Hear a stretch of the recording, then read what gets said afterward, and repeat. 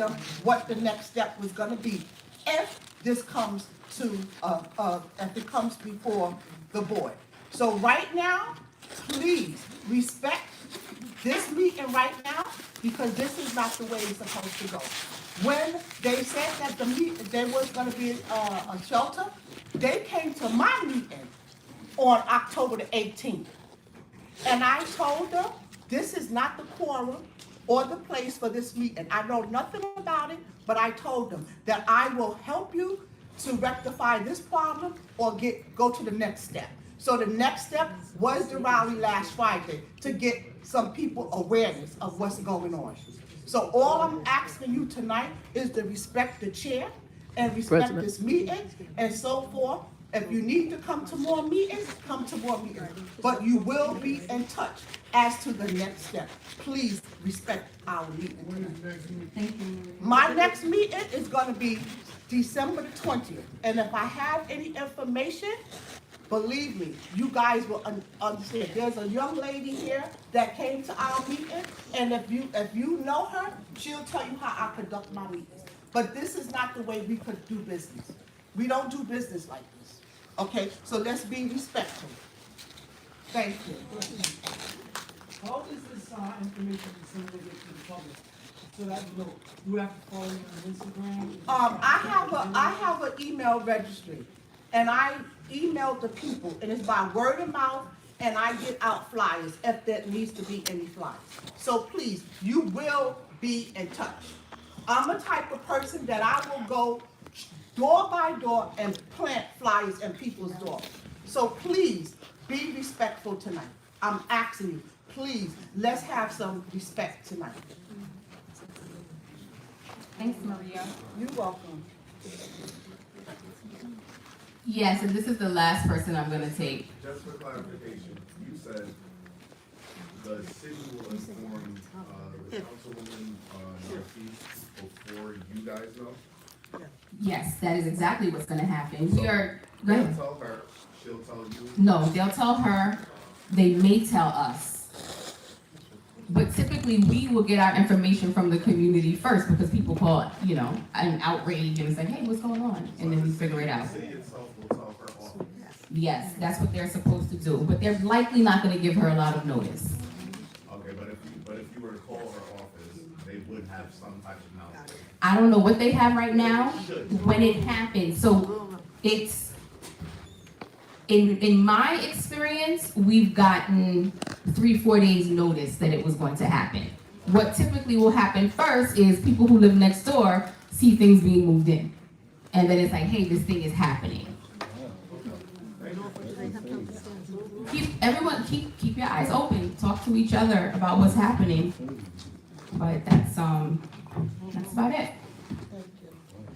All right, thanks folks. Okay, moving on. Oh, actually, let's do our introductions. You're welcome. Maria, would you like to start? And I'll get back to my report. Good evening again. I'm Maria Garrett, the second vice chair. Greg Caruso, first vice chair. Who are you?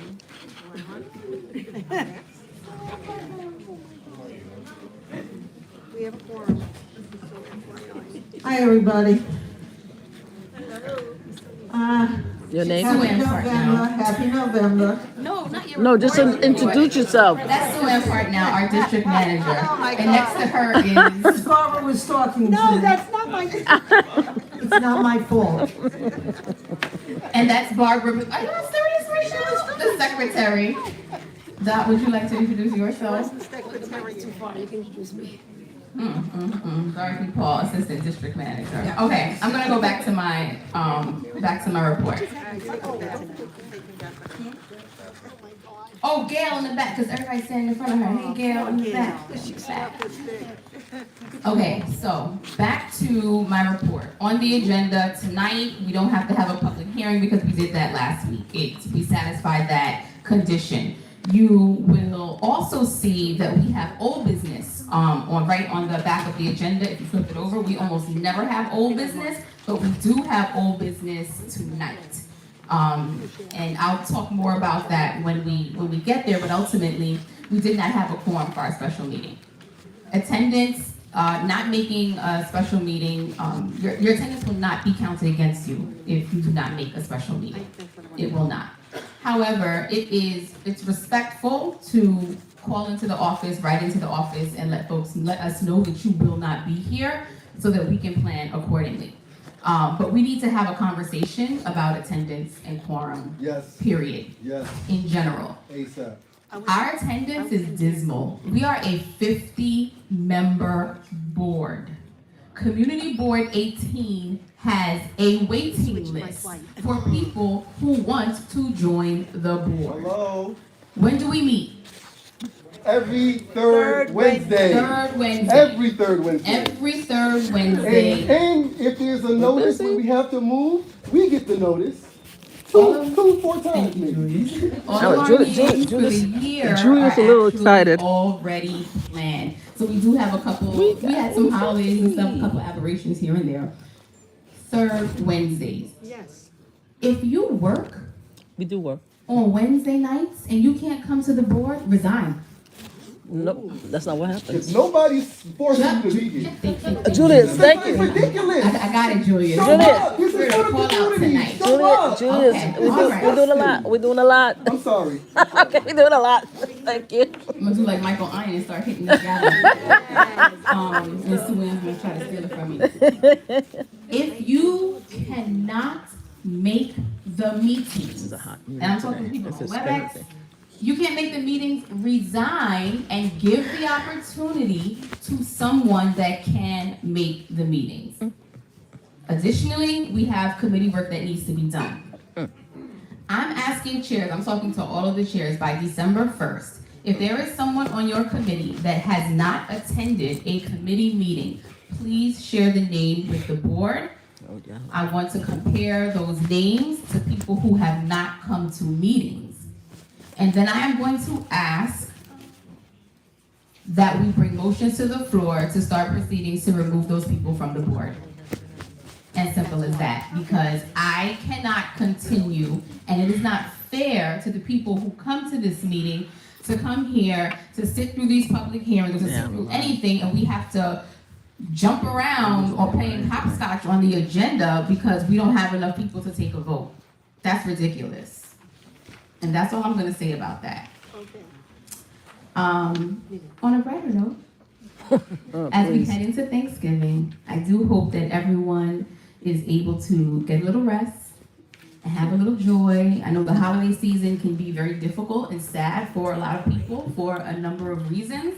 And I would like to encourage folks to start your own traditions, right? Start something new. If what was too sad, and you can't move forward anymore because, family is not what it used to be, or you even want to hide from your family, start your own traditions to find warmth, to find peace, and to find happiness. We have so much happening in this world.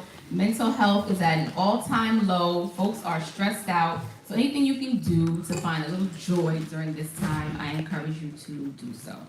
And that is it. Thank you so much. I trust that everyone has received, all members have received the minutes via email. Any corrections? Yes. Yes. Ooh, we never have corrections. My fault. What I do? Good evening, everyone. Jamal, board member. I evening. just noticed in the minutes that for the SLA section, it has for the New York tracks, it states that we approve the motion, but what we did was postpone it, which is what we're going to discuss tonight. So I just wanted that correction to be noted. All right. Thank you so much. Correction noted. Any other corrections? No? All right, so I will entertain a motion to approve the minutes with the correction as noted by the SLA committee. I move. It has been moved, it has been moved and properly seconded that we accept the minutes as written, and we accept the minutes as approved, Lord have mercy, as corrected by the SLA committee. All those in favor, say aye. Aye. All those in opposition, say nay. The ayes have it, and the minutes are approved with that one correction. Thank you so much. We're gonna move into our district manager's report. Right after that, we're gonna hear from the 63rd precinct. Is it really my turn? Hi, everybody. I'll start again. Happy November. This is the beginning of a very busy season with all the holidays coming. So it's cold outside, but it's warm and inviting when you take part in your community. 63rd Precinct and 69th Precinct Community Councils, Mill Basin, Mill Island, Marine Park, and Bergen Beach civic meetings. Thank you to the presidents, Greg Baruso, Gotti Brazello, Paul Curiali, Rob Mizuchin, Ike Sinisi, and Mike Trotta. Diwali started off the season of lights with a celebration at the Carmine Carroll Center in Marine Park. Canarsie Third Space ribbon cutting to kick off a designated area along the Rockaway Parkway corridor for movies and gatherings. Thank you, Rockaway Parkway Merchants Association President Noreen Madas. Council members, Mercedes Narcisse, Resource Fair. She had a resource fair in Kings Plaza and Veterans Resource at the Carmine Carroll Center. Assembly members Jamie Williams, Fall Festival and Veterans Day Salute. Monique Chandler Waterman's Harvest Festival. State Senator Roxanne Prasad's Domestic Violence Seminar. Our elected officials do this for you, so take advantage. All of these programs and events are free. And the reason that I mention everybody that's doing this, whether it's our elected officials or the presidents of our civics or the presidents of any organizations, is because they work hard and they deserve recognition. And all of you should definitely go and take advantage of everything that's offered to you, because they're doing it for you. They're doing it so you have information. They're doing it so you maybe get a meal, a turkey, which we're doing tonight too. There's a lot of information out there. There's different programs, there's different seminars. There's a lot of things that go on. Just calling up and saying, oh, I need help with this or I need help with that. All of your elected officials are always having programs that address a lot of your needs. And you should know that. You should keep informed. They put out different emails. We put out the look what's happening on email. It's on our website. There's so many things that you should be aware of and definitely go to and take advantage of. So I just wanted to say that because, again, they all work hard, whether they're the elected officials or presidents of any of your organizations, civics, or so on. And they work hard for all of you. So, be there. Be there when they have something. In and around Community Board 18, 69th Precinct Breast Cancer and Domestic Violence Walk. District 22, Carol Pino Learning Center, the Learning Farm Fall Festival. Hurricane Sandy Remembrance.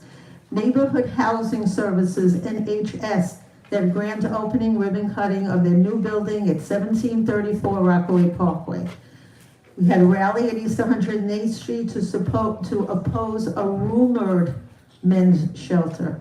CB18 approved street co-naming for Judge Cy Gershwa, and we had that ceremony this past Sunday. Marine Park Avenue S parking lot construction began late September 2025 and was completed in fall of 2025. An inspection of the lot is set for tomorrow, and if everything looks good, the contractor will remove the fence and everybody will be able to park there again.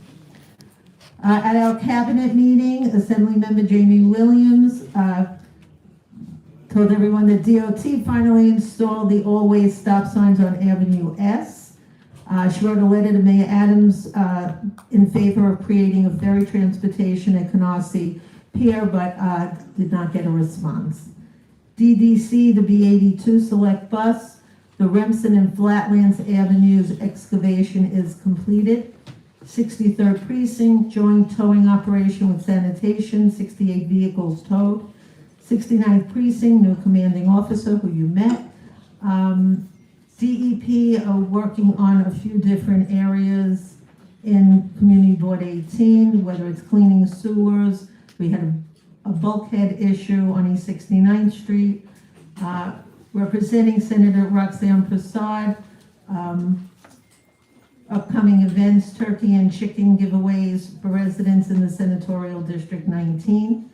New York City Department of Aging. The winner of the New York City's Aging Talent Competition was from Penn South in Manhattan. Brooklyn didn't get it this year. There will be a New York City and New York State aging event that focusing on the needs of older adults. Reminding everyone that it is Medicare open enrollment time. For more information, you can call 212-AGING-NYC. New York City Department of Health and Mental Hygiene update also on open enrollment. And Mayor Adams' Community Affairs Office gave out some local updates here and around the city. All free local events in CB18 can be found in our Look What's Happening on our website and on the table in our lobby. Leaf bags are available in our office. I know I filled 4 leaf bags already and they're still coming. So we have leaf bags in the back if anybody is interested. We have. Please check emails from BK18, and that includes check your spam because sometimes it goes in there. Happy and healthy Thanksgiving. Hope you win a turkey tonight if you entered the lottery, and we want to say thank you to the 63rd Precinct for providing them. Officer Pod, thank you for bringing them here. Remember to walk off what you eat while looking for deals on Black Friday, and make sure to shop local and support the small business owners in Community Board 18. At the end of the meeting, we'll be pulling for the turkeys. I hope you're strong because they're frozen. So you'll be carrying them home tonight. And again, enjoy a happy and a healthy Thanksgiving. Thank you so much, Best District Manager in Brooklyn, Sue Ann. I know I said 63rd was next. My apologies. Assembly Member Jamie Williams, followed by Assembly Member Monique Chandler Waterman, please.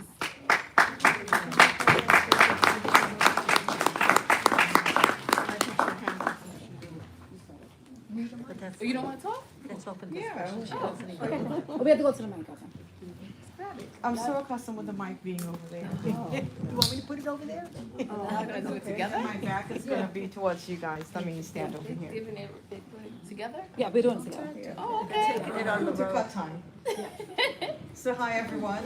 It's good to see so many of you out here this afternoon. When you came in, you may have seen our tables out there. There is a housing lottery going on, and it's state housing, affordable housing, and that's for housing that's going to be located at 548 Utica Avenue. And we do have applications on the table if you're interested. Even if you are not interested, you may know someone who can, use the application.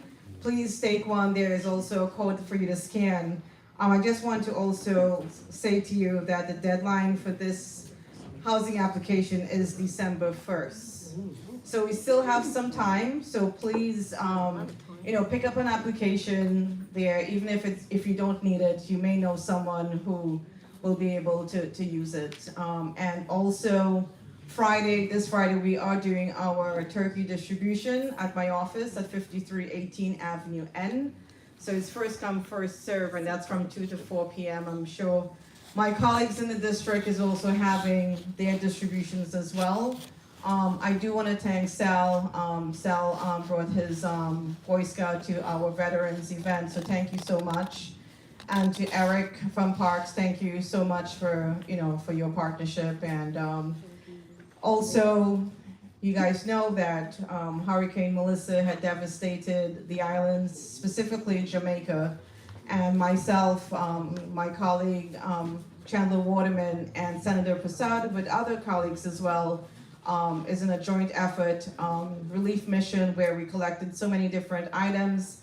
This was packed on Sunday at Trini Jam Restaurant. They hosted us, and we packed several boxes that was then taken to the Consul General's office for further shipment to Jamaica. And we will be going to Jamaica, I believe it's December 18th, with the speaker and other colleagues as well, as we have done in the past for Hurricane Beryl and also Hurricane Maria, and also Haiti as well when there was an earthquake there. So that's what I wanted to share, and if I don't see you on Friday, have a happy and blessed Thanksgiving. Thank you. Thank you, everyone. New York State Assemblywoman Monique Chandler Waterman, covering Assembly District 58, which is East Flatbush, parts of Canarsie, Brownsville, and Crown Heights. I wanted to just do a couple of public safety stuff and then some legislation stuff that myself, Assemblywoman Jenny Williams, and Senator Passad passed on the state level. So one, want to congratulate Detective Pod. We advocated hard. Let's give them detective. Is there a detective in the house? All right, we wrote a letter. We spoke to the police commissioner. Well, our voices are vital. When we see people doing good work, when we know there's officers that put on a uniform and they could show us what it really means for courtesy, professional respect, we got to give it up to them. So we're really proud of that. It wasn't hard, for us to come together and write that letter. So we appreciate you. I was embarrassing him at that. Going up, right? Yeah, level up, and I screamed, yes. Also, when we spoke to the commissioner, police commissioner, this was before the election, of course, we did speak about our commanding officer, Winter, that she needs to get her own command. I know a lot of us advocated for that, so let's give it up to her as well. We, on the state level, New York State Association of Black, Puerto Rican, Hispanic, Asian Caucus, myself, Senator Jenny Williams, and Senator Passad, we gave over almost $20,000 in scholarship to high school kids, and also those going to college. So we do that every year. I don't know if we talk about it a lot, but we do every year. They get about, between the three of us, $20,000, and across the state, almost 150 plus on that. Also, I just want to mention that as of November 5th, there is a couple of bills that became live, right? Burial assistance with Office of Victim Services, it went from $6,000 to $12,000 now. So God forbid if someone did pass away, right? Chris is saying yes because we fought hard for that. $6,000 to $12,000. Another thing too, contributory language. So some people will say in an area that has gang violence or generational gang violence, they will say you have gang violence on the report, you're in a gang, and therefore you would not get victim services. We remove that. Don't matter what happened, if they think you contributed or not, you will still get the benefits. I know that Common Justice was here last time, I believe, and they spoke about that as well. And EDP, everybody know what that is? Officer know EDP? EDP no more. It's not emotionally disturbed person. We're not clinicians, we're not doctors. We want to be more person-centered. These are human beings. It's called person experiencing emotional crisis. And for sake of EMS and all the emergency response, it's PEC. So officers they will probably still say it, they will probably still write it, they won't be reprimanded. But as new literature comes, it's no longer going to be EDP, it's going to be PEC, and that's on the state level, all of us working together to make sure we pass legislation for mental health.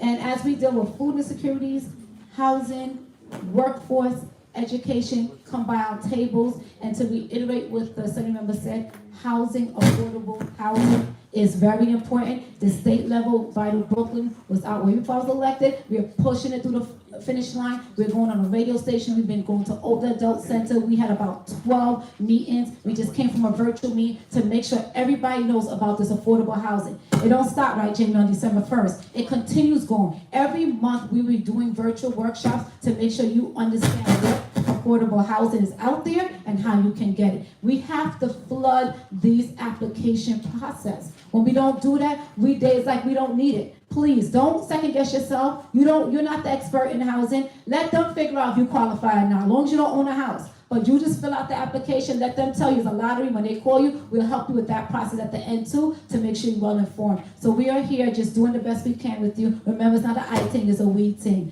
Thank you.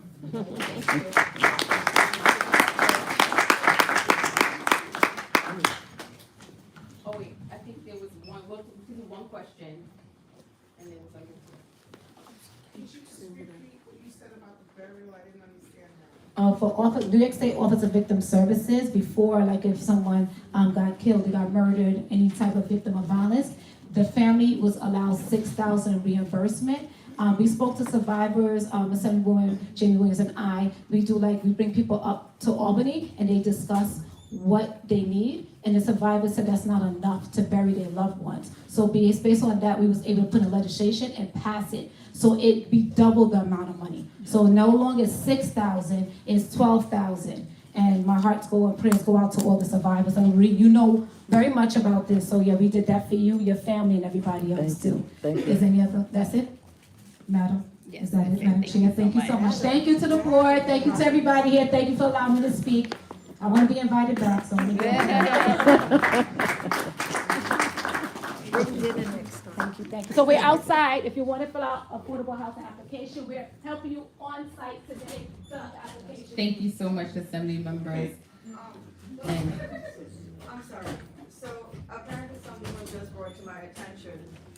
There are some more residents that came in from 108th Street that said that there was something that was placed on their door telling them to come here tonight. So some of them just Ubered and they're probably in the car. Three of them is outside. That's the call that I yeah, think, I'll go talk to them.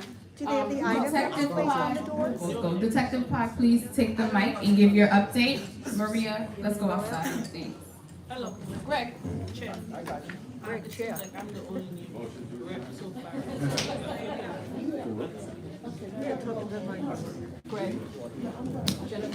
Good evening, everybody.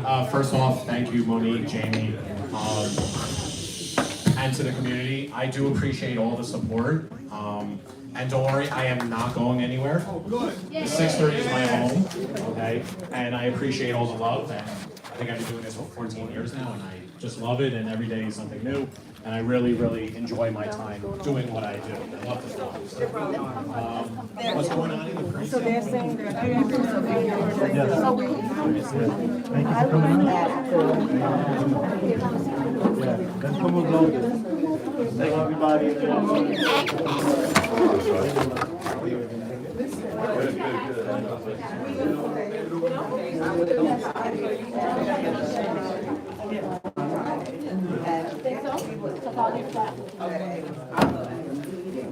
At this address on the 19th, we were told that, and that we should come to the rally.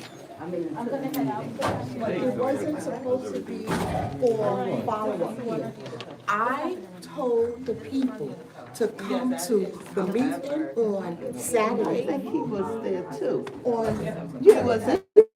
Yes, but that, And but you they see, said that the address was on Bergen but Avenue. it is, right, my meeting, because I wanted to do a follow-up, because everybody wanted to know what was the next course of action. No, it was gonna be, no, hold on. Hold on, let her Hold on, finish. Bill, because I was at the Jamaica Bay Library. No, because it was my regular meeting, it was the regular Fresh Street Civic Association meeting. I have, wait a minute, ma'am. Let's get this straight right now, okay? Because we have got to stop getting our messages crossed. The message was crossed because the people in the rally wanted to know where could they go. I told them to come to my meeting on Saturday and we will strategize of the next step that was gonna take. If we hear anything about, them filing an application, had anyone came to the meeting, you would have found out that the person did not file an application because we had someone there from real estate. And he explained, this is why I tell you, you have to come to the small meetings, but you should have just came. They didn't just pick up. Yeah, I understand that, but what did you tell her? You was supposed to be it's not community board because you used the wrong phrase. If you would have said a civic. They're in charge of how you Well, right? her name was probably Christina. Yes, exactly. Christina, because if you would have said it's a civic meeting, they would have told you to come in. Because I did have some people from the Shenanigans going on tonight. If it's not on the agenda, Okay, great. But we're not, but it's not more than like that.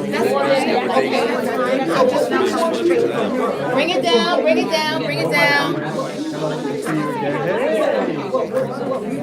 So apparently this is about a homeless shelter that's being here, and there's some shenanigans that's going on. They're over here bringing people here to cause ruckus.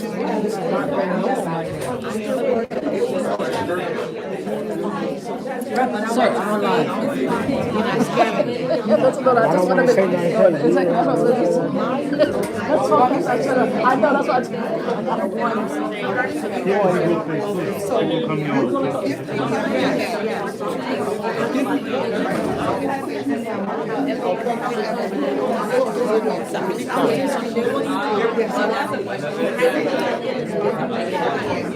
Yes, I will. I'll be right back. You go over there? So be right back? Yeah, we can take false information. So it is really ridiculous that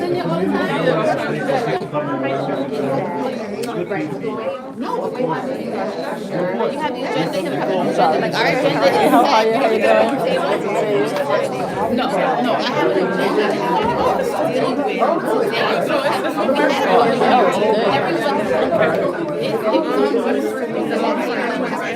What's going on is that homeless shelter that's being built up in the community.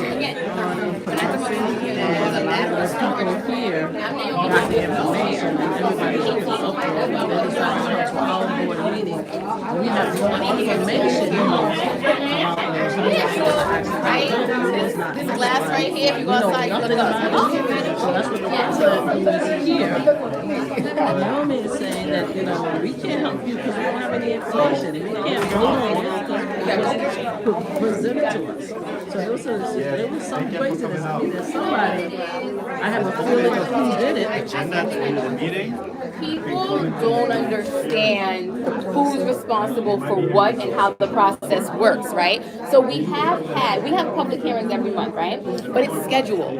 So we have had instances where we'll have a public hearing where the community is speaking out against something, but it has to be scheduled. Also, we know how hearings work, right? Somebody has to be, there has to be someone that wants to do something. And what's unfortunate is that whoever said to do that, right, they don't understand the process. So for me to have a public hearing, I need to have someone that can answer questions. So there's no one from the shelter because the shelter doesn't exist yet. It was a big people daycare center. But No, I understand that. Okay. So when you say they were, okay, so I want to help, I want you to understand where I'm coming from. When you say they are going to build the shelter, who is they? I mean, We don't know. Exactly. So if there is no they, I cannot. who is responsible for Right. whatever? So if I don't have a they, there's nothing I can do. Like, who am I gonna? Who do we fight? Sign up that we don't want to hear. That's I'm so sorry that somebody told y'all to come here. to have email and I will get in contact with you. The email is going to come from the Fresh Creek Central Association. And I will I don't know who did this. I think I have an idea who actually did it. I think I have an idea who actually set up shenanigans. Of course, it's kind of practice. They've been known to do this before. And they're here, so I think they did it because they could have some video and they could use it as part of their upcoming campaign. That's what's going on. Somebody did this and telling me people in the community they're thinking what's going on with that. Who else? So, Maria's getting their information. I'm Jabril. Let Let me get my phone. Let me call you back. I don't know what you're talking about. You want to talk about Eli's That's the meeting shenanigans now? that's going on. They were told. All right, so I just We heard about it last week, but that's okay, I am going to go back inside, guys. This is Naomi Hopkins. So let me just, again, I am so sorry that someone put those notices on your doors, right? What I am deducing is that whoever did that, their heart was in the right place. They simply don't understand the process. We have public hearings here all the time about things that are affecting the community. And as I explained to someone just now, We're voting, and you guys are out. when I said, she said I gotta they make are sure she's building okay. a coalition government, right? Well, I don't know that unless I'm out here. Yes.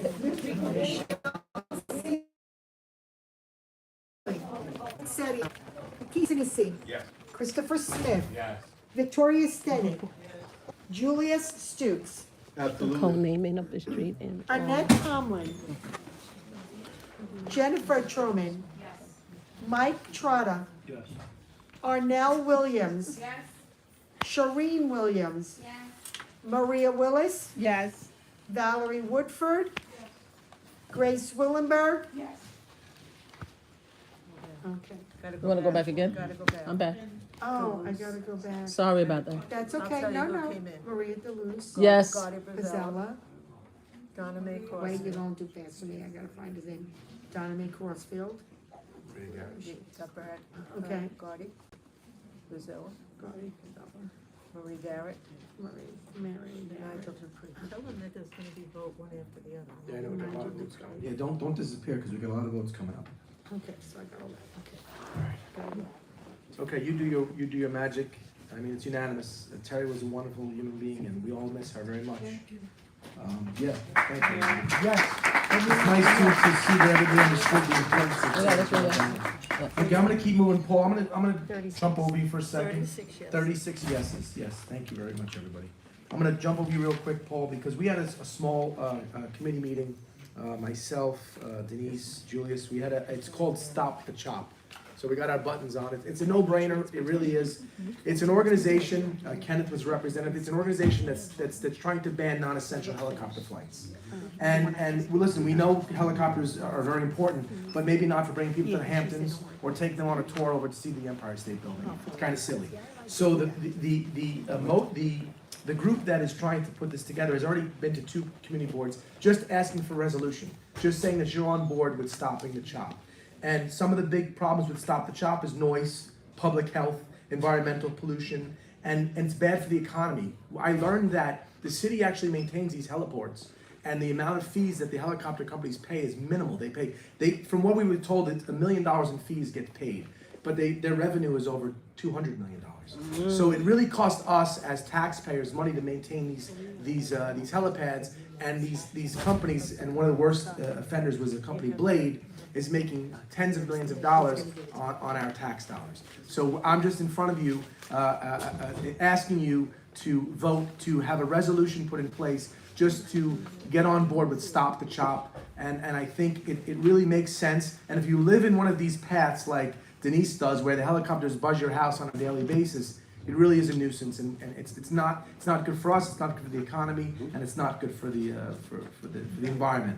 So I'm just asking you, I'm going to put a motion to have a resolution from community board added to I believe it was in Cobble Hill. I think there was 2 community boards that are on already, 5 and 13 have already each signed up. So I'm just asking, I'm going to put a motion to put a resolution in to get on board with the Stop the Chop, whatever you want. How do you want me to go? 5 is East New York, and 13 is Coney Island. Okay, so maybe I'm. You can't, if you're presiding. Come on, you can't man, get move over it. here. All right, then I can't move So, it. no, go ahead, move it, and then I'll get a second. All right, great. So I would like to put a resolution on behalf of Community Board 18 to be on board with Stop the Chop, to stop the non-essential flights. It's already been. All right, so it was moved by Greg Russo and seconded by Ike Sinisi that Community Board 18 pass a resolution to be on board with Stop the Chop, which prohibits non-essential air traffic. I think we can do a voice vote. Because do we have any questions? Okay, all those in favor? Say aye. Okay. Nays, you have the same pleasure. Hearing none, the motion passes. Congratulations, Community Board 18. We will draft a resolution to stand with Stop the Chop. Well, I know, I'm hearing it from both sides here. Yeah, I appreciate it. That's fine. Listen, we jump around all the time. So now we are going to hear from Paul Craig-Ali from the Parks Committee. Thank you for your patience. And Paul's going to be really, really fast tonight. Really quick. He said he's I'm not. gonna be really quick. As he sits I'll be down. quicker than Greg, I can tell you that much. I'll be quicker than Greg. Okay, so our committee just met. We have a great committee. If you're on the Parks Committee, please stand really quick. Come on. We had 6 of our members out tonight. Come on. Give them a round of applause. Our goal is to, you guys can sit. Our goal is to keep our parks healthy, wealthy, and wise, and we're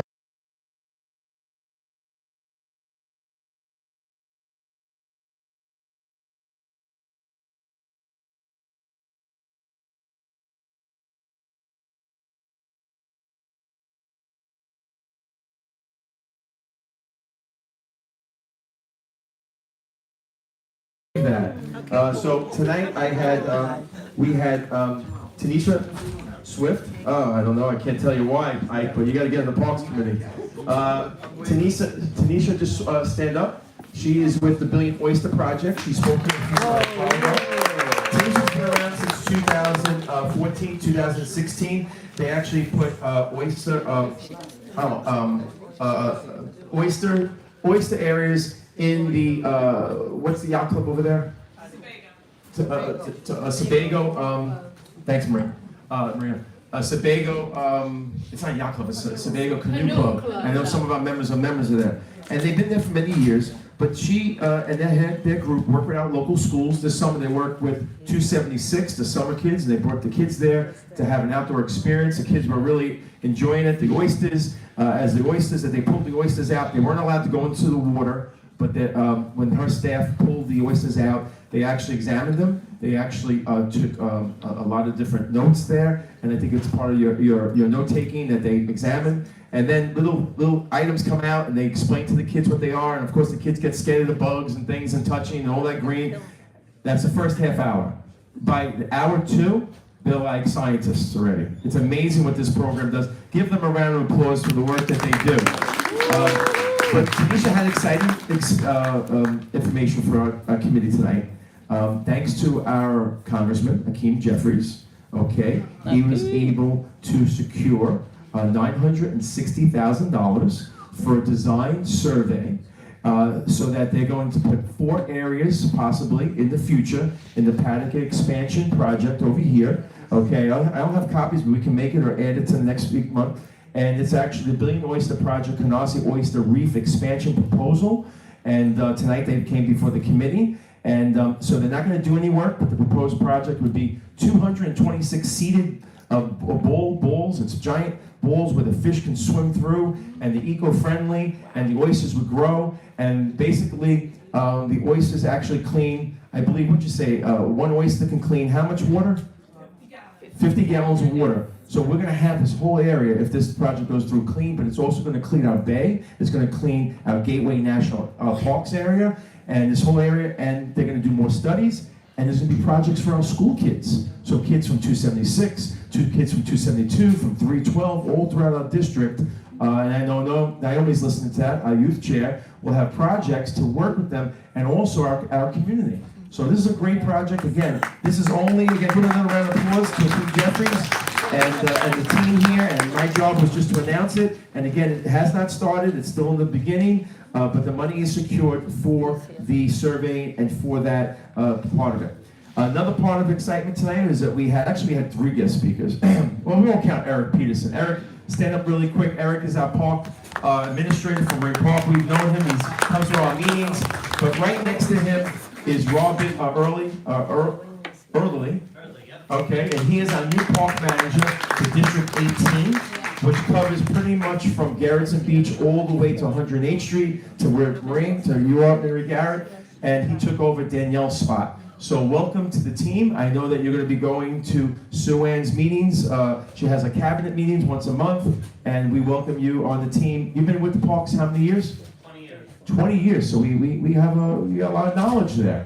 Okay. We do miss Danielle. She did a great job, but we're sure that you're going to fill her shoes very well. Thank you very much. And with that in mind, we did have some other things that went on in our parks throughout the month. Our parks consist of a lot of texts of volunteer work.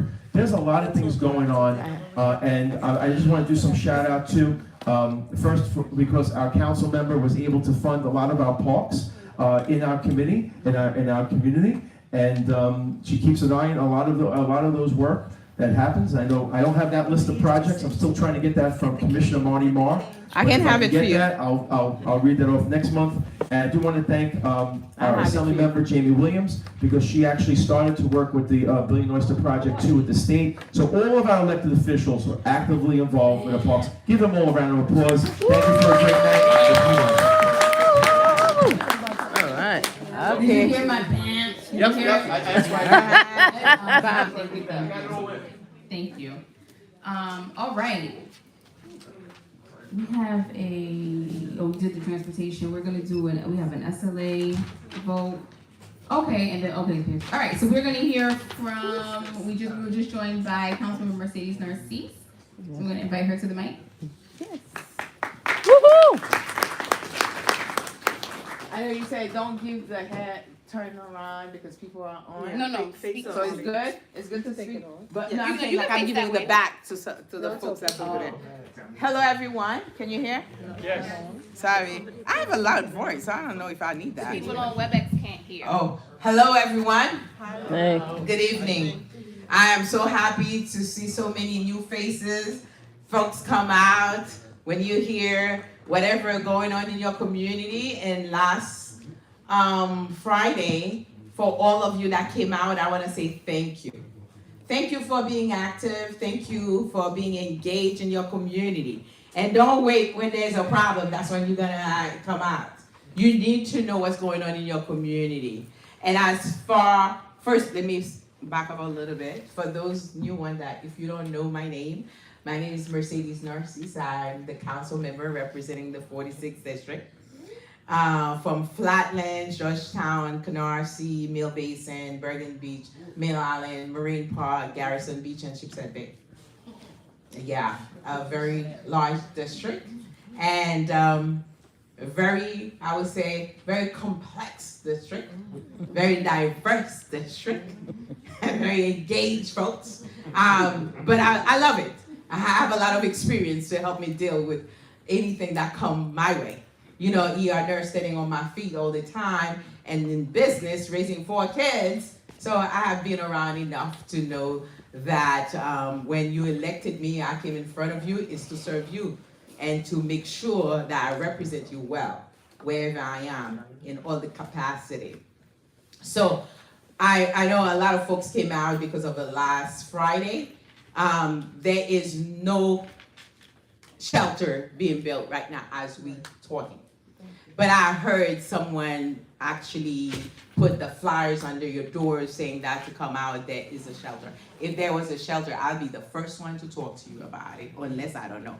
The only thing, I got hit, I'm always gonna say that, I was a rookie. When I first got elected, there was a process that already started before me. So by the time it came in front of me, so it was kind of late in the game for me to try to understand what's going on. And even now, it's still not being built because I'm still negotiating how because we voted for affordable housing, and some developer trying to be cute and sold it and the property, and then came up with a plan for shelter. Having said all that, I am for affordable housing, and I'm very proud to say that.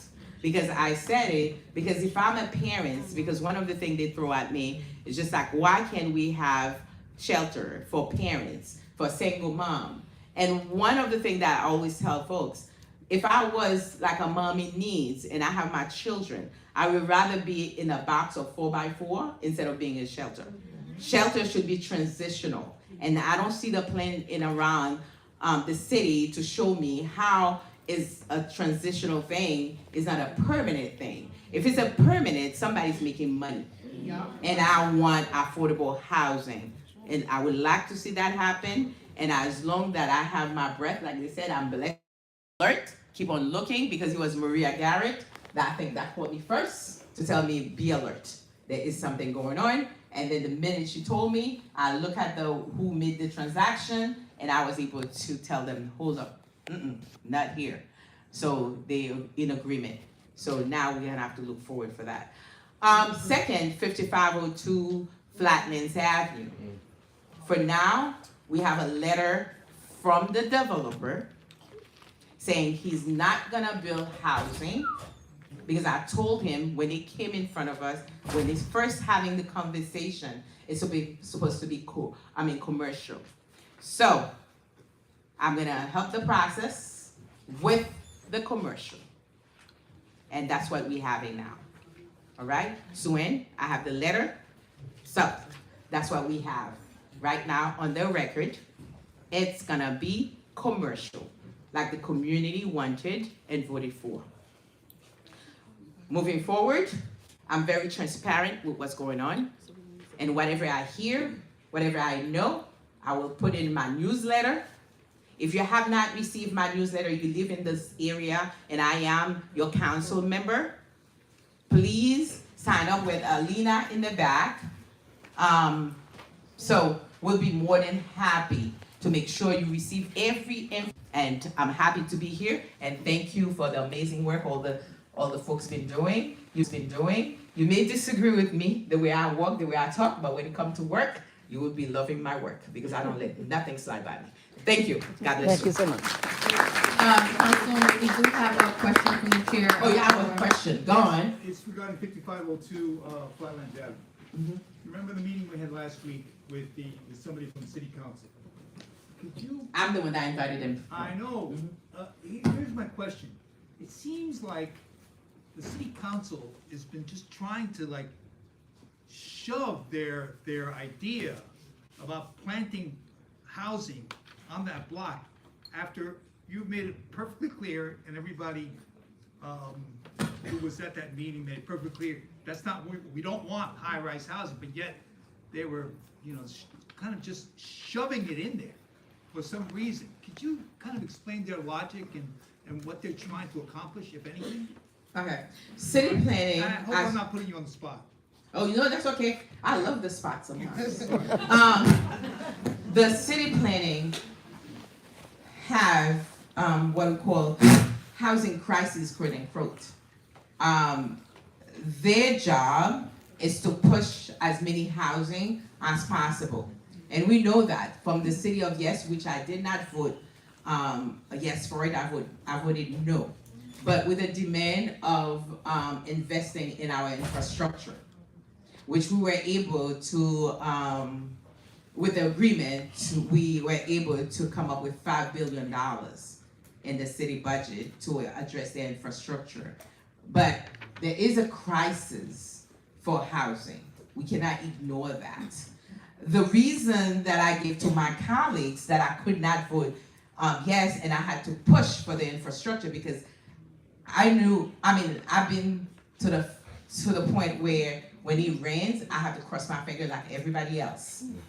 Backflow, water all over, Sandy put us on the streets. Most of us from Bergen Beach, Canarsie area, we were there. We were going to the problem. So therefore, I would not push for it, but we cannot ignore that we are at the bottom in the 51 councilmanic district. On the 12 lowest that built happen to be, we are part of the top 5 that we have not built anything for real. But I tell people that it's not about that we don't want to build. We have to deal with the infrastructure issue. And until that is addressed, they have a good plan for me, I cannot be sitting there and say, okay, you can build. I need some areas that they feel like we've been going back and forth.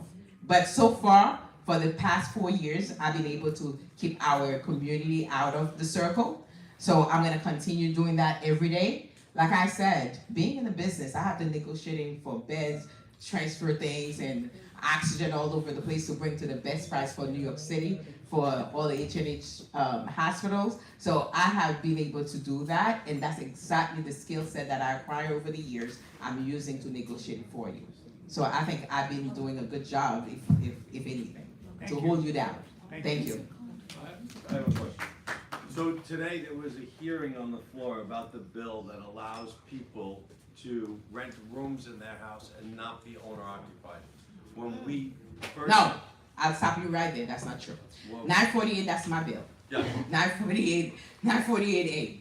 I know you guys closely to fight for everything. But 948A happened to be a lot of people in this community, people that are very engaged in this community, retired folks, teachers, nurses, plumbers, name it, professionals that retired, that have a house, 1 to 2 family structured, that want to have the option to have Airbnb. You may not, I may not, because I'm not interested. I'm all in. But there is folks in our community that in dire need to hold their home. We had once upon the time, which we're dealing with, that's why I have 3 lawyers in my office right now to try to deal with the problems. Any problems that's in that community, in this 46th district, my job is to address it. I have many people coming to me crying. They're losing their home. They don't have no option. And it's your choice, it's your prerogative if you want to rent your home, but we have to put structure to make sure we protect our neighborhood, which I very much care about our community.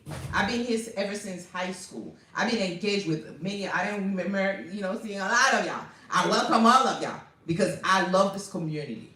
And I'm willing to go head to head with anyone in the council. Everybody knows that when it comes to my community. And that option, those are people, real people in your community. I have letters on my desk. I have cards on my desk. They're losing their home. They cannot hold their home ever since we pulled the local law 18 on. So we need to Understood. kind of, Local law, the law that was in place allowed an owner who occupied her home. it's still the same. No, but now it doesn't have to be owner occupied, so Owner-occupied. let me finish saying what I'm gonna say. That's my bill. So in Denver, and this has happened in other cities in the world, corporations buy blocks and rent. It's not gonna happen. Okay. It's not gonna happen. So- We only say 1 to 2 families specifically, because I don't say 3 families, 4 families. So if our whole, you have to be in the home, and we have to, and they have a strict law. As a matter of fact, New York City is the tightest law that you can have around Airbnb This sharing will home. make it not. New York, yes. It's not gonna be, it's not gonna be a vacant move. So Not I at all. think that this I guarantee conversation you. should It's not. continue in the hallway. Because you have to be in the home. You have to occupy the home. You can share room. You cannot share the whole apartment. Okay. But we have So to. Councilmember Owner occupied. Rob So might if have they- some more if they- readiness. All Let's right. take that. So I'm gonna say, if you wanna follow up, we can sit down, but those are the people, real people in your community that having a hard time, that's struggling to pay their mortgages, and then once upon a time, we were at the highest foreclosure in New York City. So we have to carve things out. Thank you, everyone. Love you, appreciate you. Okay. I promise y'all, I was not moving along because I want to leave. I was moving us along because Press the bottom, sometimes we do Mercedes. have questions that, and Jamal, start making your way up. Sometimes we have questions and everybody, I think for the benefit of the assembly, needs to hear what's happening. But sometimes, things continue to go on and we need to move the meeting along. So now we are actually on our last procedural item. We have some SLA, State Liquor Authority, and Cannabis Committee. We have 2 things to vote on. All right, let's roll. 4. I don't know, somebody. All right. People that scared for, that not doing their job, they really be scared. Good evening, everyone. Jamal Crowley here, board member. For tonight's slate, we have 1 new application for alcoholic beverage license for liquor, wine, beer, and cider for Black Businessmen Incorporated, operating as Settings Loft, located at 2117 Flatbush Avenue. We have one of the owners, I'm not sure if they're still here, they were sitting in the back. Just thank you for coming out. The gentleman has his hand up. If you want to speak to him outside, he could tell you a little bit more about his business. In addition, there is a renewal application for alcoholic beverage for liquor, beverage license for liquor, wine, beer, and cider for New York Tracks Cafe, operating as New York Tracks Cafe, located at 1556 Ralph Avenue. We have 1 renewal application for alcoholic beverage license for wine, beer, and cider for Kosher Gourmet House, operating as Chateau Yaffa, located at 6214 Avenue U. Last, we have one new application for an adult use retail dispensary premise license for Sala Almari, I believe it's pronounced. Business. Almari. Operating title to be determined, located at 11-114A Flatlands Avenue. After review of these applications provided, I can report that the upcoming recommendations were unanimous. And with that, I'll go right into the committee motions. So first, we have the committee moves that the board approve the new application for temporary retail permit for the alcoholic beverage license for liquor, wine, beer, and cider for Black Businessmen Incorporated operating as Settings Loft at 2117 Flatbush Avenue. All right, thank you so much. It's coming out of committee, so we don't need a second. I'll second. So we have, the committee is moving for CB18 to approve a new application and temporary retail permit for an alcoholic beverage license for liquor, wine, beer, and cider to Black Businessmen Incorporated, located at 2117 Flatbush Avenue, 11234. Are there any questions? Seeing none, we will now proceed with a roll call vote. When you hear a roll call vote, when you hear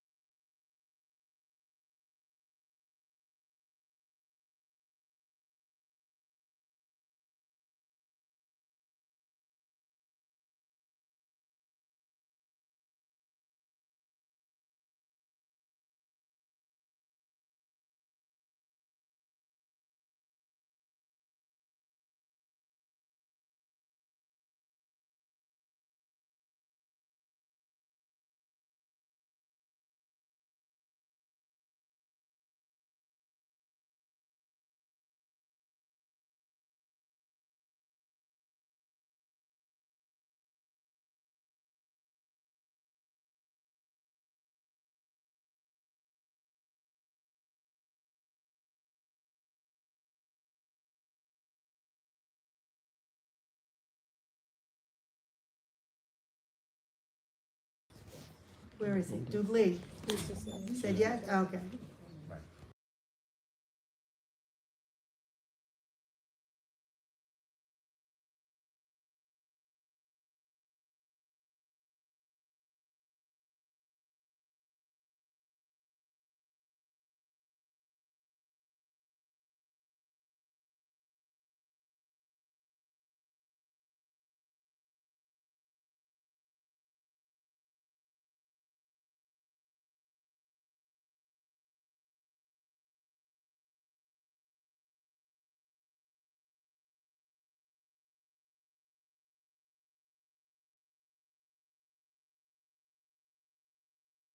She did? Okay. Thank you.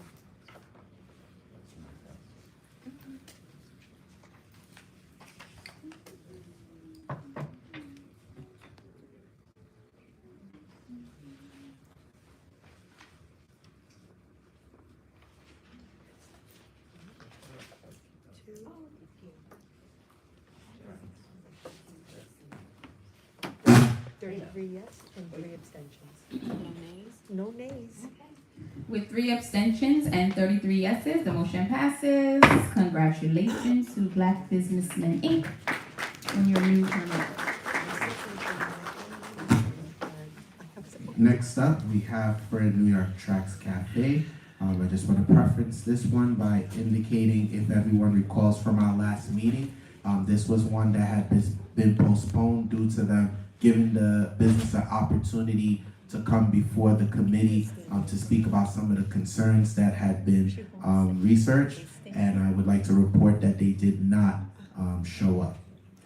With that, The committee moves that the board deny the renewal application for the renewal application for the alcoholic beverage license for liquor, wine, beer, and cider for New York Tracks Cafe, operating as New York Tracks Cafe, 1556 Ralph Avenue.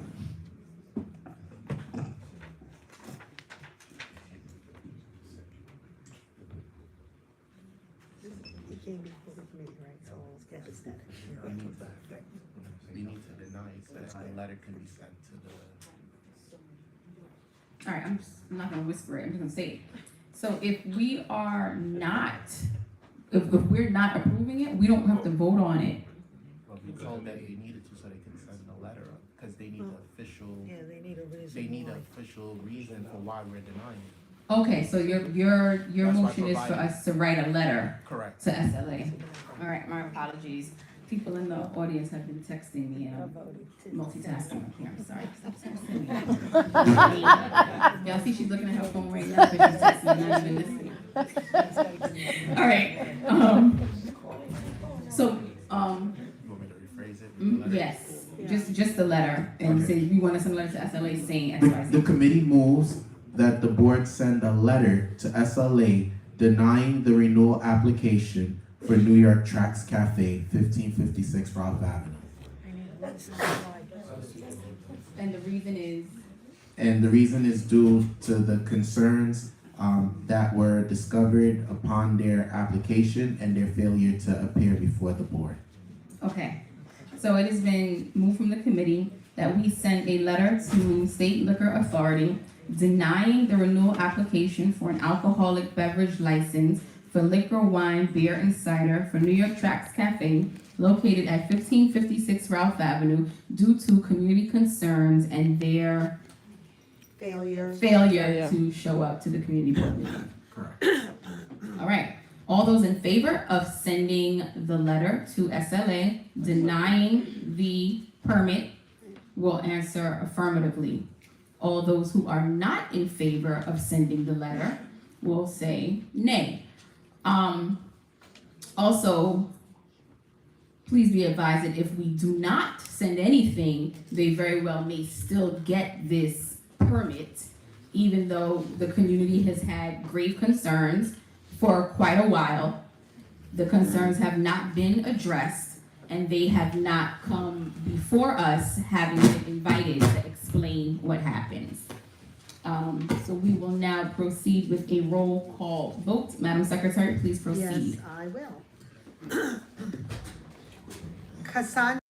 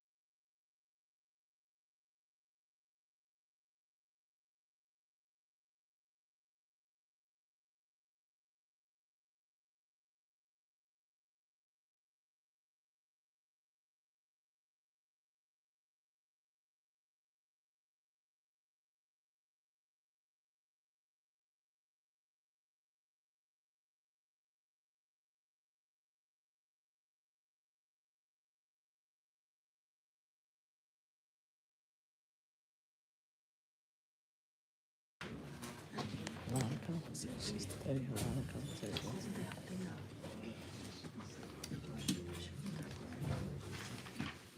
34 yeses. And no, no. Abstentions. Wait a minute. Wait. My phone recorded. Right. Okay, we're good. Anybody online different than what I wrote down? Oh, I got that. Okay. Sorry. I think she gave you the answer. I don't think she changed it.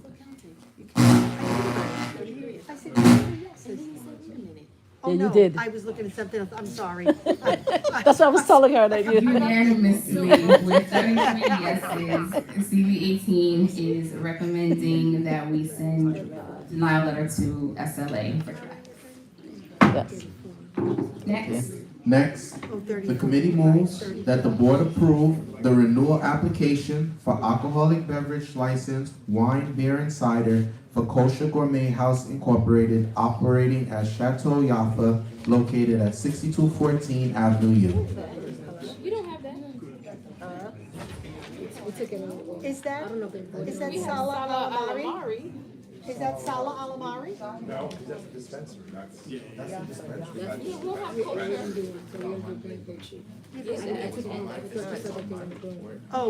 Okay, it's not on the agenda. No, yeah, we thought you weren't doing it. So. They never showed up, are you doing the same thing with Remember, the they're letter? postponing to next month. Oh, so we're not doing Next month. it? They called, remember, Oh, they called they should. Nelly.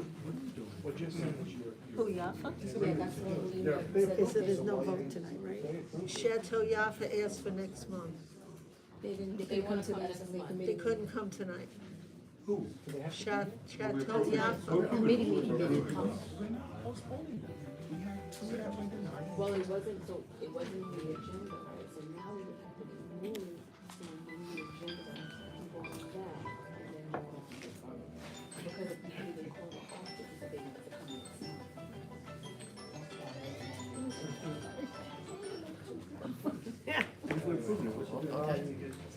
It's up to you what you want to do. No, what, you have to change it? You have to change it. No, it's not on the agenda, so just don't even do it. We're here now. Alright, But it's so not on we'll, another- alright, so we'll be just, sorry about that, we'll be moving on to the next one, I guess. A little technical difficulty here, correct?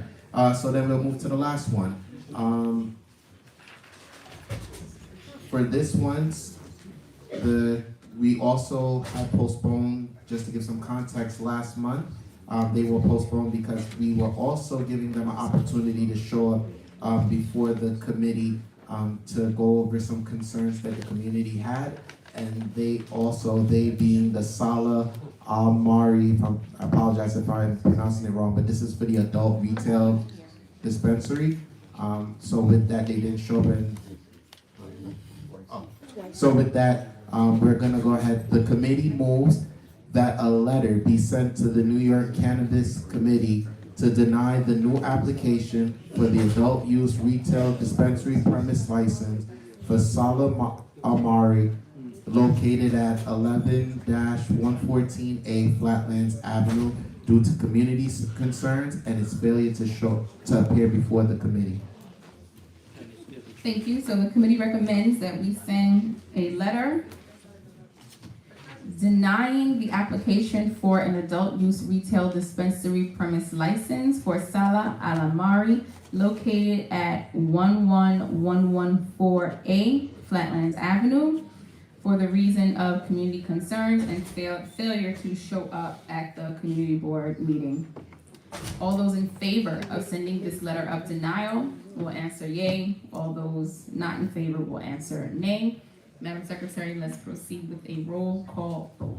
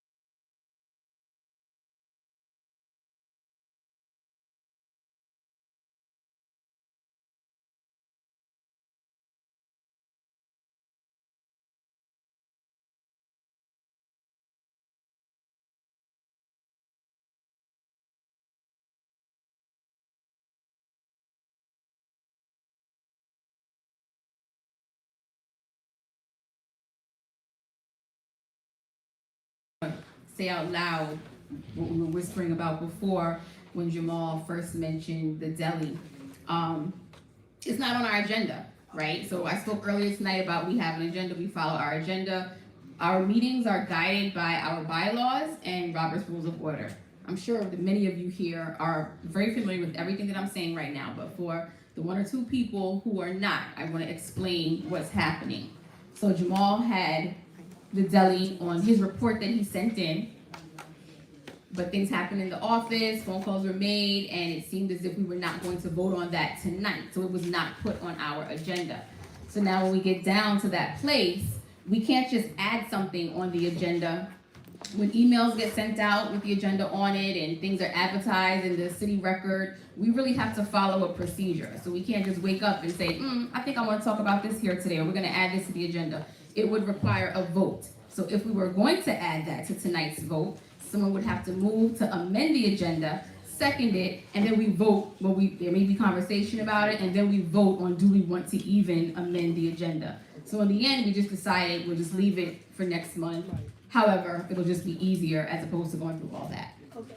32 yes, 1 abstention. Okay, with 1 abstention and 32 yeses, the motion passes. We will be sending a note to Cannabis Board denying the application for Salah Alamar. Yep. All right, last thing, old business, which we talked about before. On our agenda was a procedural revote for the board action for 5502 Flatlands Avenue as proposed by New York City Council Land Use following the November special meeting without quorum. Last Wednesday, thank you so much, Jamal, sorry. Last Wednesday, Thursday, we came here and we watched this presentation from Land Use on something we'd already voted on, right? So months prior, the developer, a commercial developer came and spoke to us about 5502 Flatlands Avenue. He wanted to develop commercially. We debated, we had a lot of conversation about it. We voted to approve the commercial development. Months later, Councilmember Mercedes Narcisse and the Land Use Division of the New York City Council wanted to propose to us adding housing to this commercial development, which required a special meeting of the board because they had a deadline that needed to be met, and the deadline was before our regular meeting. So we needed to get this thing done. The application was initially submitted and it showed space for 7 floors of housing, but that's not what we wanted. Right. So with a whole bunch of stuff happening at city planning and New York City Council, they came back to us and like, well, can you just give us some housing, please? Because you guys are not building housing, all the things the council member just said. And our community, we've pretty much been anti-development for the reasons that she stated. Like, we have real infrastructure needs.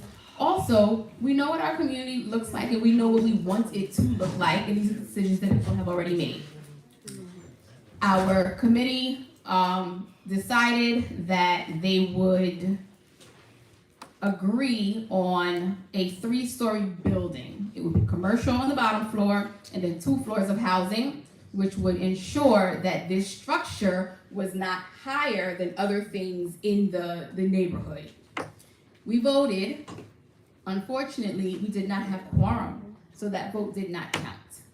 So we put it on the agenda to revote tonight. Now, Robert's Rules of Order, and the attorneys in the room stop me if I'm wrong here. I don't think I am, though. The council member just came here and said that we have a note from the developer stating that he's not going to build housing, it's going to remain commercial.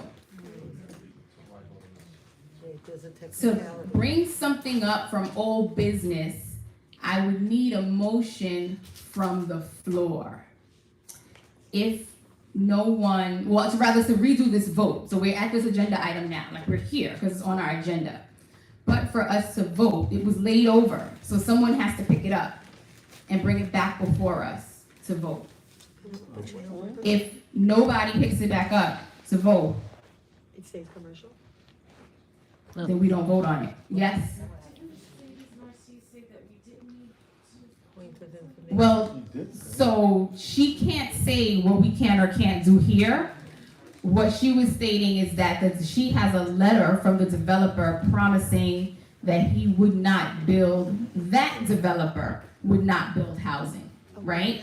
So the way, as it stands right now, the way we voted for commercial to go there. That's it. If that person sells the we didn't vote for an upzoning. So if that person sells the building to Greg, he can never build on top of it, right? If we vote affirmatively for the upzoning, even though that developer has said, I'm not gonna build housing, he can sell it to Maria, and Maria is within her rights to go up to that third level. Okay. So that's where we are right now. You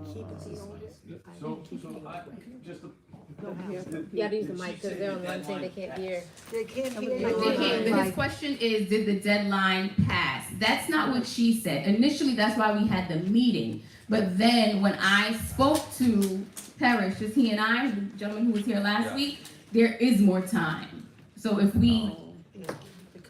Madam Chair, what happens if we don't bring it up? If we don't, and that's just the only thing that I just want to be clear. It's on the agenda. It needs to be represented. That's the part that I'm asking if anyone here. I don't think it does. Can I just say, the purpose of that meeting was so that Let me look it up real fast. Councilmember Narcisse could go back to City Council and say, this is what Community Board 18 recommends. Mm-hmm. So that was the purpose of that meeting. We So- hear you, we hear you. We hear you. Oh, It's on. No. I'm not the chair, you have to go through the chair, guys. Okay, give the mic to Jamal. People with questions, you know, you have to line up at the mic so Julius, people on the run. WebEx Run can to hear the you. back. So my question would now be based on what Ms. Narcisse had indicated, since she already has the letter in hand, that he will only do the commercial property, can we amend it where we make that binding so that it can only be, because at this point, now that we have his letter, we don't need her to now go and say she already obtained it. Can we just lock that in?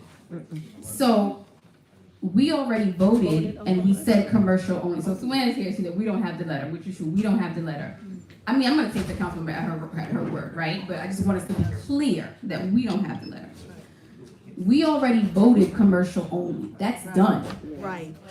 What came before us last week was would we reconsider and give them an upzoning? So I did just look it up.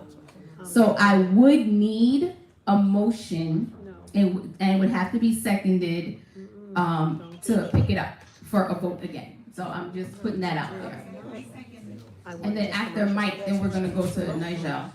Just a point of order, there's no discussion unless the motion is made. No, Right. so before we make a motion, I just wanted to ask a question.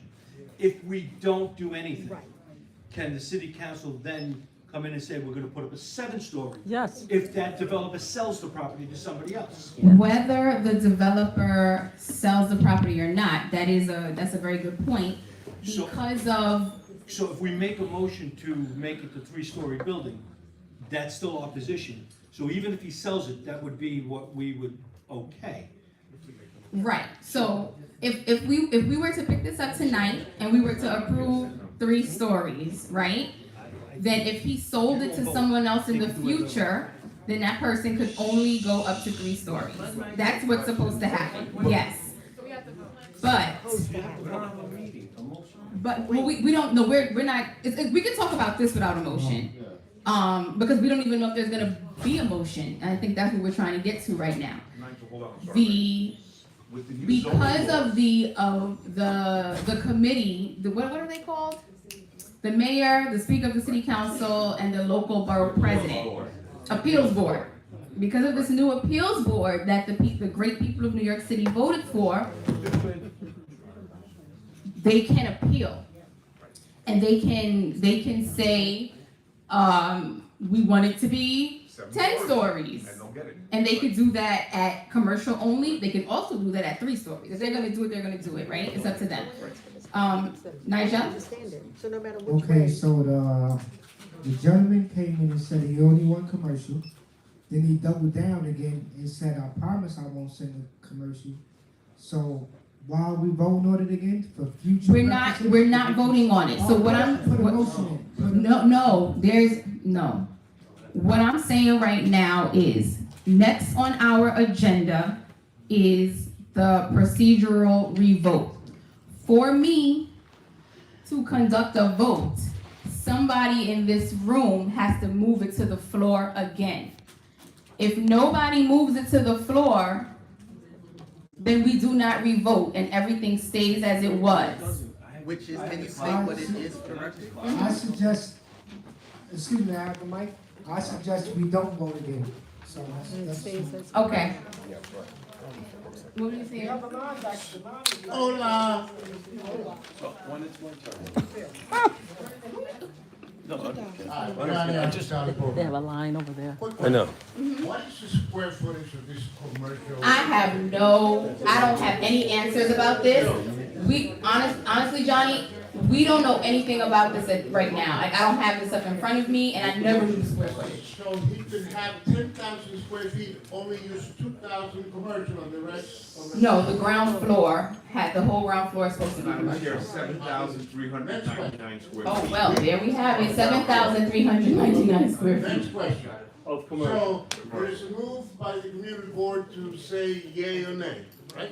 Now, what makes us think? No, Johnny, there's no motion on the floor. What makes us think that with the new administration, all of this will go away and they'll do whatever they want? They're going to do exactly right. But by us not putting it on the floor, we're They don't need our. No, we're not. No, we're not. So, No, we're not. I'll explain it. So I just wanted to put it out there that I personally feel, and sometimes feelings aren't facts, I feel like we should have some type of record for this, because this is the community. It's bigger than us. With that being said, I have a question because I am a rookie at this. So I must ask you, is it possible if someone else can make a motion to agree with the developer that it should only be commercial? No, we can't do that. Nobody can do that? You can't move that we agree with the develop. We've already voted that it's commercial.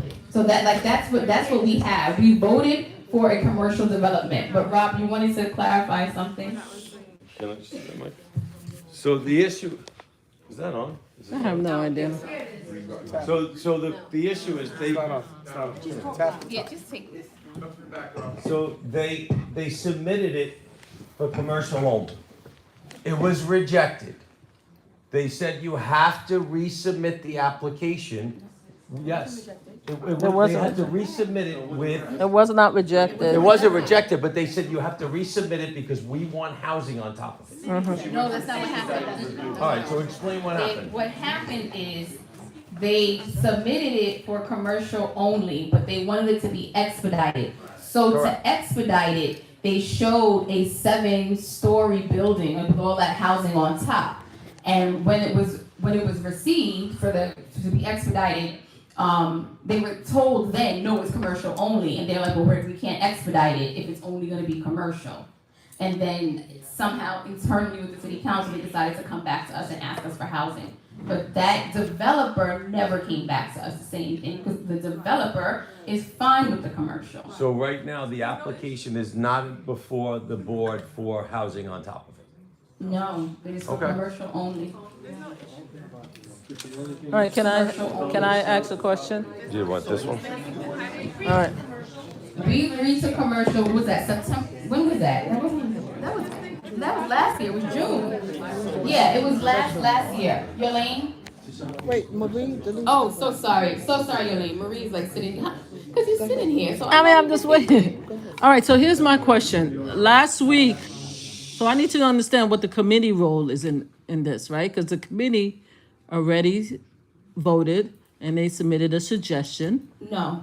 They That's did not not. what happened. We had a special meeting. You had a special meeting. Everything So whatever, happened yesterday. so whatever the committee voted for is not involved. We have to do it all over again. That's what I'm Yes. asking. Okay. No, I'm talking about this Oh, past Friday. yeah, last year the committee came at commercial only, and that's what we did. I'm talking about last week. There was no subcommittee meeting because it was a special meeting. So we all heard the information together for the first time. Okay, so I'm sorry, his name. So Tom. Tom's suggestion about the commercial with 2 floors, that is no longer in play, is null and void because it was a special meeting. So That's what I wanted to know.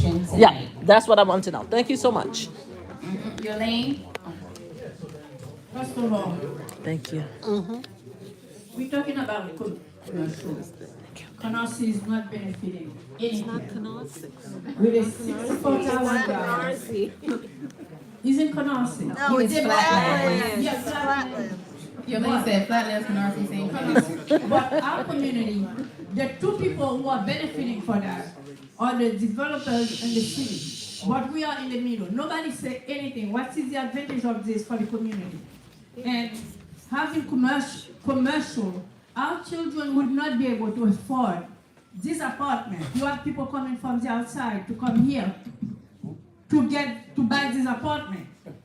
I think we should stick to the first vote, commercial, and then close it. We don't even have to vote on commercial or not commercial. On housing. We should stick to commercial. Okay. That would benefit our community. Thank you. So everyone is getting up and we're speaking pro or nay on the housing, and I appreciate everyone's input. If we don't want to do anything, then we don't do anything, right? No, I don't need, go ahead, Felina. Hi, I just want to understand. I think from what I heard that the chairperson stated, I just want to make sure that I understand. It's commercial, right? But you mentioned something that if, let's say, the person ends up selling it to someone else, right? That person can choose to do housing? No. No? No, as of what we did last year, before the summer, right? We only approved a commercial, that's it, no floors on top. So this developer can sell it to me, I can only do commercial. They can sell it to you, you can only do commercial. As long as zoning doesn't change, no matter who they sell it to, it can only be commercial. If anyone ever wants to build housing, they would have to come back before this board and speak to whomever is on the board to do it. Okay. Okay. Good. So now you just want us to bring it back for a vote? No, I don't. No. I don't. You know, I'm impartial. I don't want us to do anything. All I'm saying is that I wanted us to understand what was happening before I opened the floor for a vote, right? So once I open the floor for a vote, someone can move it or nobody can move anything. And then we move on to these turkeys. Gobble, gobble. Can we leave it alone? Okay, we're good. Leave it alone. Leave it alone. We're just gonna take this last, we're saying that we're gonna take this last one because board members have all exhausted what they had to say. Dr. Cody? 3 quick questions. Good evening, everyone. Pardon my tardiness running in from the Bronx. And I apologize if this was answered already, but my main question is, why would anyone be allowed to build anything over 2 floors in swampland area? It used to be swampland. The second question, I caught Mercedes outside. She was like, no. And this is just hypothetical, doesn't have to be answered. The city council with those proposals, a lot of people didn't understand the proposals. And if it can be reintroduced, especially the one about everything going to the mayor, whoever, and they do whatever they want to do. Is there a way that the community can ask city council to reintroduce it and teach people, educate people, anything's possible? And the last question is, quick. If the zoning what? If the zoning is blocked, if the even if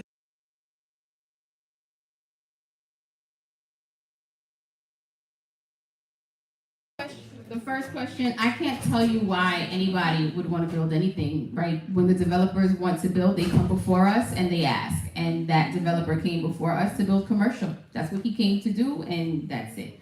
As for the second question, the ballots that were on the the questions on the New York City ballot on election day came directly from the Charter Review Commission, and that's how we get ballot measures. The other way would be petitioning. What do you need, like 7,500 signatures on a petition for a ballot measure? It's thousands. So if anybody wants a measure on a ballot, you get some petitions and you go and get thousands of people to agree. The third question is, we approved commercial, and that's it. It's only ever going to be commercial unless another board, after we're all gone, approves something different. I appreciate that, but my first And question that's- is, because this was swamp land. I can't speak, and that's it, we can't speak to that because the question that was before us was commercial, and that's what that person wanted to build. Right. So now you're asking, why would some random person want to build one? Like, that's not happening. All right. We're at 9 o'clock already. I want to be the Mario Rivera and close this issue. On behalf of the Mill Basin Civic, our board is on the side here, and speaking with other civic leaders, we're happy just to leave the property as is, as we voted back in the day, and see what the land and the future holds. The only thing we are concerned about is whatever happens here, it's going to be more across the street, because that was the other parcel across the street on Flatland. So we are concerned, so we choose just to leave the vote, original vote, commercial, one story, one single only. I'll leave it there. It's simple.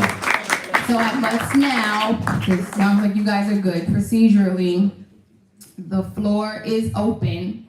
I will entertain a motion for a procedural revote. Again, I will entertain a motion for a procedural revote. I will entertain a motion for procedural revote. Seeing none, we will move on. Turkey time. Thank you, Sabrina. Oh, open discussion. Sabrina's here? Hey, Sabrina. I looked in Sabrina's face like 5 times tonight, too. I'm so sorry. I am so apologetic. Sabrina is going to speak on behalf of Councilmember Farrah Lewis's office, and then we're going to have open floor.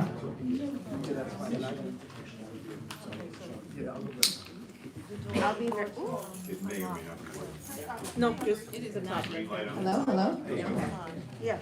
Good evening, everyone. I'll be very quick because I know you guys are ready for the birds. My name is Sabrina. I represent Councilmember Farrah Lewis this evening. I'm gonna come to talk about one thing for the sake of time. It's about legislation that was recently introduced for our local schools. This is public schools and I would say private schools, charter schools, to ask NYPD to deploy schools, crossing guards for all New York City schools throughout the 5 boroughs.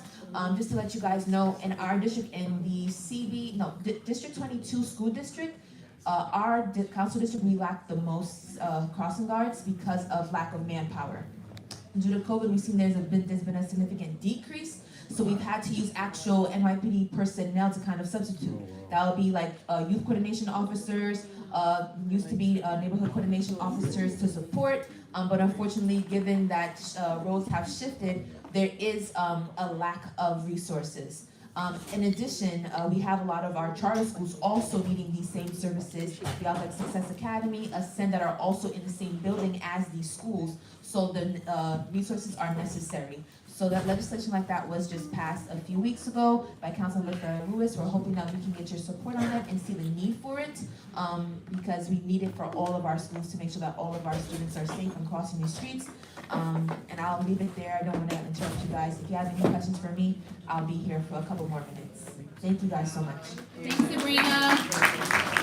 Teresa Johnson from the Borough President's Office. I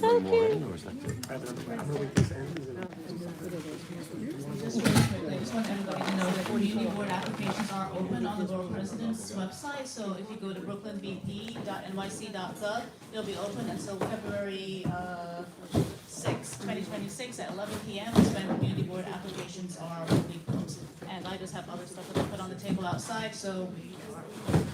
Thank you so much for being stiff. As SCU White Kurt, the floor is open, go ahead. Hi, hello everyone. We hear you. No. I could hear her. Hello. Yes, we hear you. Woman. You gotta speak louder, but the mic's on. Press the button. No, the mic is on, you just have to speak a little louder. Hi everyone, can you hear me? Good evening everyone, thank you so much. My name is Seven. I am a Canarsie resident. I wanted to bring, I wanted to raise the issue of the constant sirens that are going off in the neighborhood.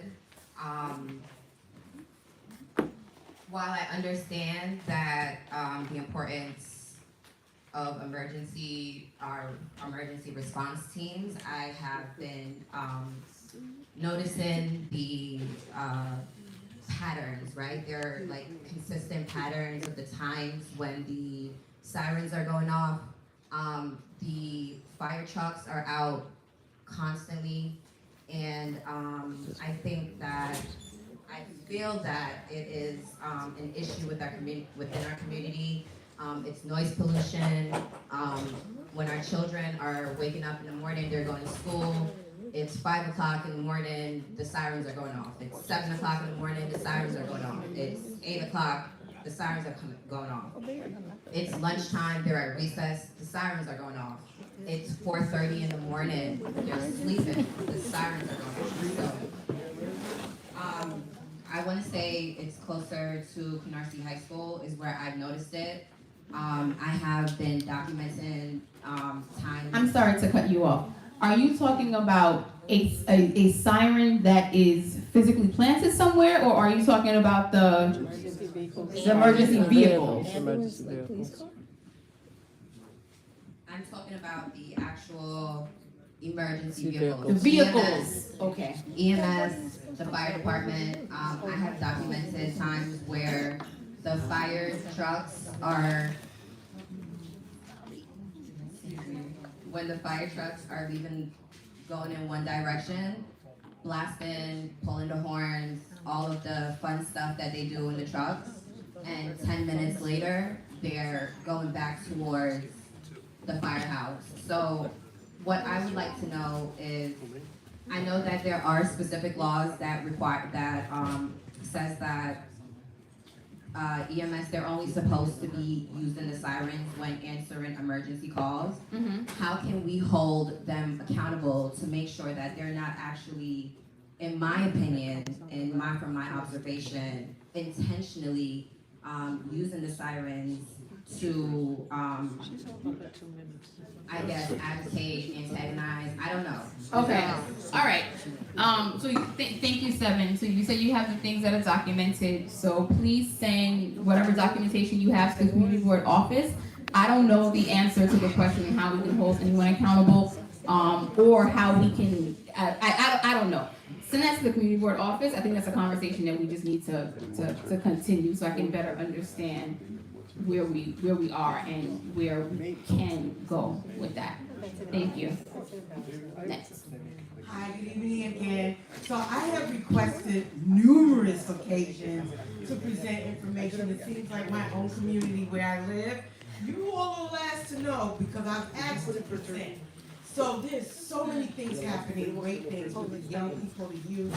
And as I shared last month, I think it was, that New York City Council passed a resolution. No, I didn't share it here.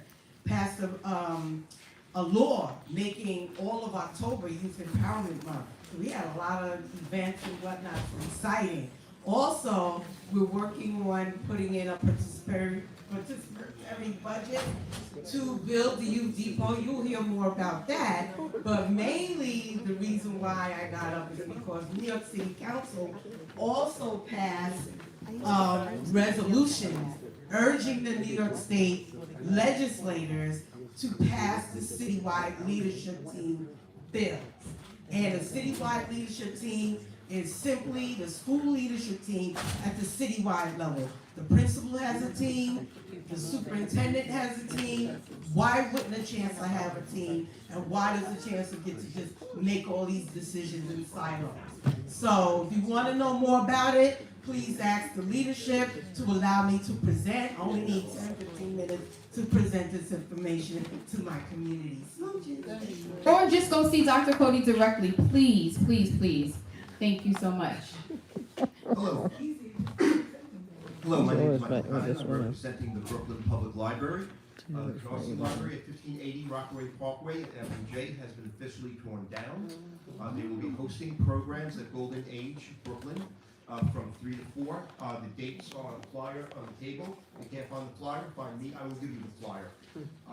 The bookmobile will be outside Silk Cove at 1370 Rockaway Parkway on Wednesday, November 26th from 3 to 6. And from 5 to 6, Silk Cove will be serving free meals outdoors. And we've been having a problem with people illegally dumping at the public library locations.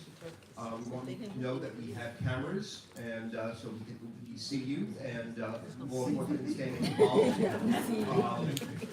The Private Library at 365 Flatbush Avenue will be having an art program for adults on Fridays from 1:30 to 3:30 p.m. starting on December 5th. And again, there are flyers out there. Thank you. Thank you so much.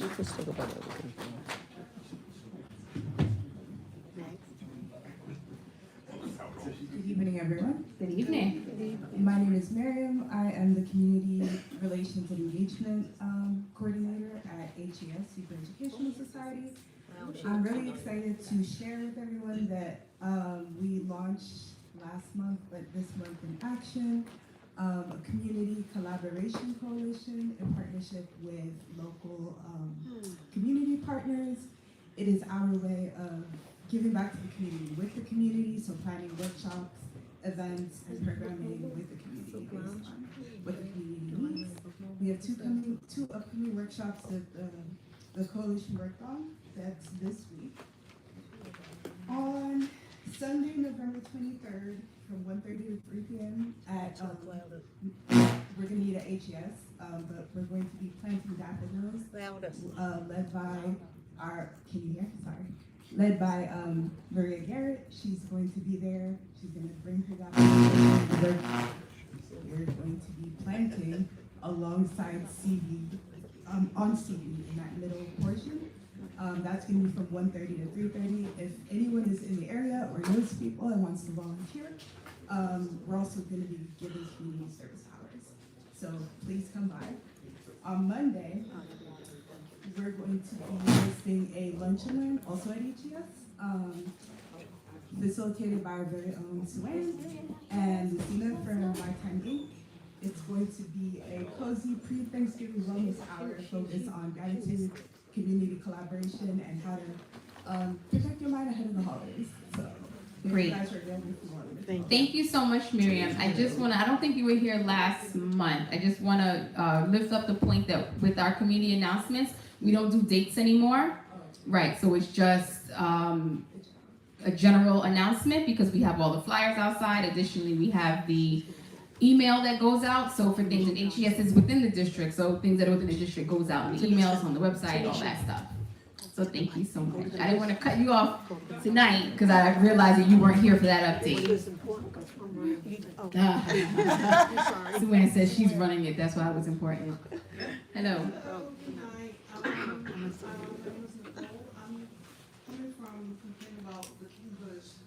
Can't hear you. Kings Village, you said? Yeah, Kings Okay. Villages. My mother's been out without a kitchen for 3 months. We're approaching Thanksgiving and we have no sinks, no cabinets, nothing. They brought in a contractor. She gave them $5,000. Nothing has been done. Next week is Thanksgiving and we have no kitchen. Oh, Nicole, this sounds terrible. No kitchen. That's, your mom's an owner there, right? Yeah. And this was a private contractor that she hired? The building sent it to her because we had mold. But it's a call. We can't We also had like gas leak. I had to call National Grid. The super came out and said, it's on the gas. I called National Grid. They had to shut down the gas. So it's been like patch. And every time they patch, the floors are coming up or it's coming down. Is Sabrina still here? Just Sabrina, what? Kings Village falls within District 46, so I'm gonna Oh, Kings Village is 40, I thought it was a 45. Thank you. Okay, so Nicole, so the reason that I asked that, and we have some amazing people that are here in the audience right now, that will be able to help you. Unfortunately, because it is a co-op and all that is private, there's like, I hate to say there's nothing the community board can do, right? However, there are resources that exist that our friends from the mayor's office, who's here, the city council office, they can make those connections for you and maybe even provide some assistance with getting recourse from that that contractor that you hire. But what's the contractor's name, just so we don't hire them? He went by the company of AJ Windows. AJ Windows? Thank you. That's his name today. All right, thank you so much, Nicole. Please try to have a happy Thanksgiving. All right, turkey time. That's why this place is still so packed. Okay. They went on turkeys. All right, guys. Barbara Beaver. Oh my God! It's fixed. Everybody get a turkey. I was about to say that. I was about to say that. I was about to say fix.